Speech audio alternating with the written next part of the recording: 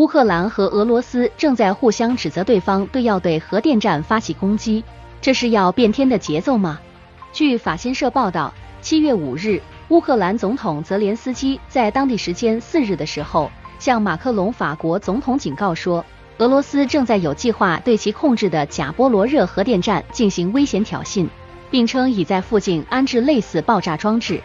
这件事是在这一分析声明说在很清楚。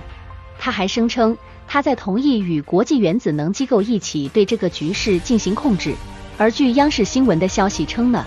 就是俄罗斯的国家原子能电力总裁在当地时间7月4日对俄罗斯的媒体表示，乌克兰方面正在有计划使用无人机对扎波罗热核电站实行攻击。另外，乌克兰当地的媒体在7月4号的时候，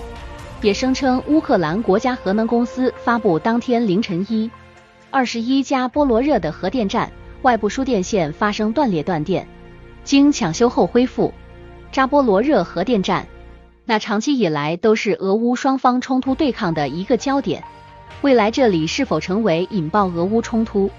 走向恶化深化的一个引爆口，值得关注。但从本频道的分析认为，俄乌冲突发生了1年多以来，在普京和白宫双方面似乎对战争都有一定程度的刻意控制，双方都尽量让战争的规模和战争的深度管理在可控范围之内，其中俄罗斯对武器的杀伤力的使用范围的控制，还有美国对援助乌克兰的先进武器的控制都明显有所克制，所以有理由相信他们双方已经有详细的计划。种种骇人听闻的和故事都是双方舆论战的开胃菜而已。如果你对这方面有什么看法，欢迎评论留言点赞关注。